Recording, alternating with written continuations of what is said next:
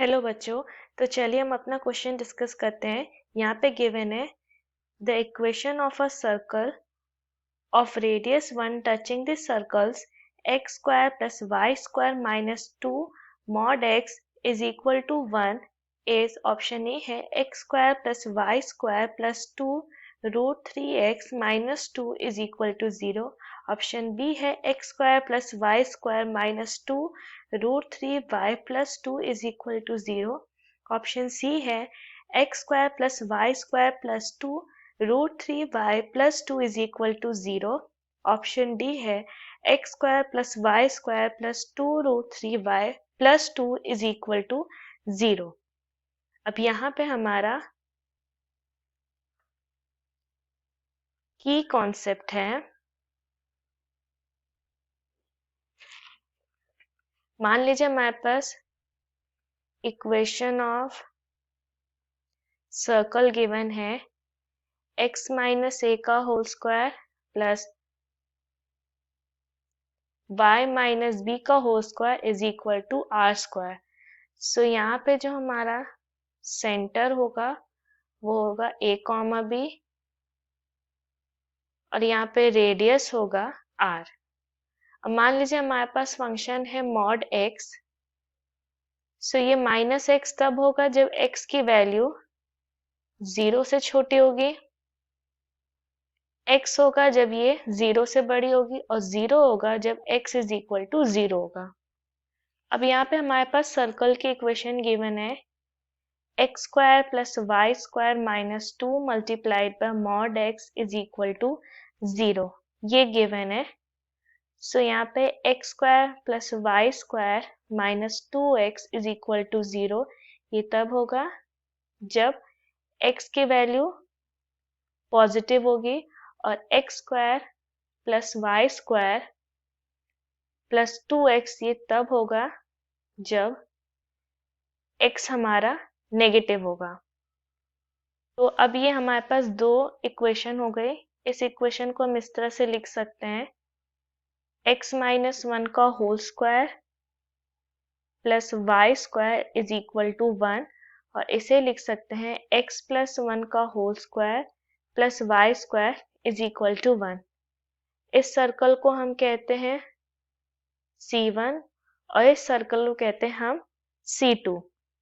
अब C1 में यहाँ पे सेंटर हमारा है 1,0 और सर्कल 2 में हमारे यहाँ पे सेंटर है -1,0. यहाँ पे रेडियस r हो जाएगी r1, ये हो जाएगा 1 और r2 भी यहाँ 1 है. अब यहाँ पे चलिए हम अपना डायग्राम बना लेते हैं. ये हमारा कोऑर्डिनेट प्लेन है. ये हमारा सर्कल 2 है. इसका सेंटर है यहाँ पे -1,0. एक और सर्कल है, ये C1 है जिसका सेंटर है 1,2.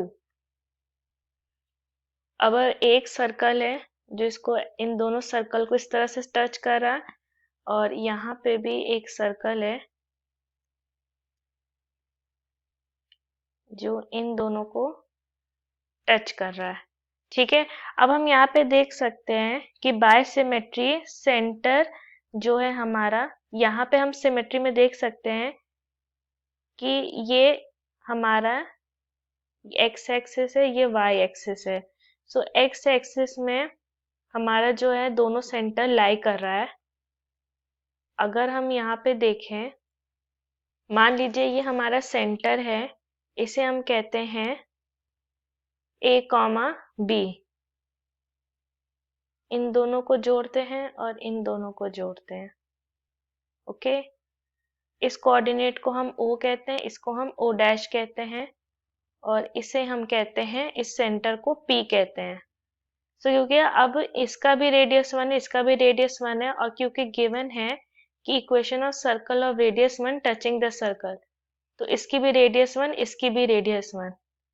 सो हम यहाँ पे देख सकते हैं कि OP और O' दोनों के लेंथ 2 है। So using distance formula √a+1 का होल स्क्वायर प्लस b-0 का whole square is equal to 2। दोनों जगह से स्क्वायरिंग करेंगे सो होगा a+1 whole square plus b² is equal to 4। इन्हें अब हम इसका होल स्क्वायर हम इसका एक्सपेंशन करते हैं सो ये होगा a² plus 2a+1 plus b² is equal to 4। So ये हो जाएगा a² plus 2a plus b² is equal to 3।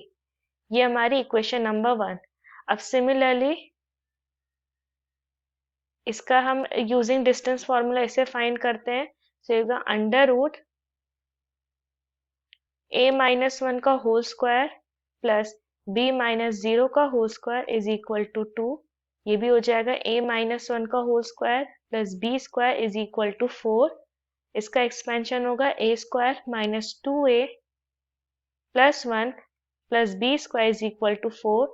सो ये हो जाएगा a² minus 2a plus b² is equal to 3। ये हमारा इक्वेशन नंबर 2 हो गया।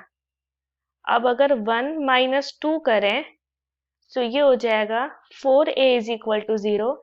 सो यहाँ पे a की वैल्यू 0 हो जाएगी और a की वैल्यू अगर हम 0 पुट करेंगे इसमें सो हमें b मिलेगा प्लस माइनस √3। सो हमें जो सेंटर मिल गया, सेंटर मिला हमें 0, और 0, माइनस √3 क्योंकि यहाँ पे हमारे दो सर्कल है। यहाँ पे सेंटर लाई करेगा 0, माइनस √3 और एक यहाँ सेंटर लाई करेगा 0, √3। अब सर्कल की इक्वेशन फाइंड करते हैं।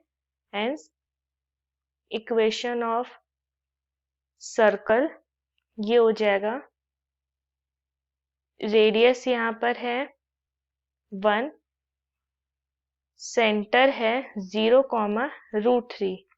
सो ये हो जाएगा x माइनस 0 का whole square plus y minus √3 का whole square is equal to 1। इसे सिंप्लीफाई करेंगे सो ये होगा x² plus y² minus 2√3 y plus 2 is equal to 0। ये हमारा एक सोल्यूशन हुआ। अब नेक्स्ट, अगर हमारा सेंटर है 0, माइनस √3 और रेडियस है 1 सो ये हो जाएगा x माइनस 0 का whole square plus y plus √3 का whole square is equal to 1। Simplify करेंगे सो ये होगा x² plus y² plus 2√3y plus 2 is equal to 0। एक ये हमारा सोल्यूशन है और एक ये हमारा सोल्यूशन है। अब हम अपने ऑप्शन में देखते हैं। सो जो हमारा ऑप्शन है वो हमारे ऑप्शन बी से मैच कर रहा है, ऑप्शन सी से भी मैच कर रहा है। यहाँ देख सकते हैं ऑप्शन डी और ऑप्शन सी दोनों एक जैसे हैं, सो हम तीनों पे टिक कर लेते हैं। तो यहाँ पे बी सी डी हमारे करेक्ट आंसर हुआ है। I hope the concept is clear. Thank you.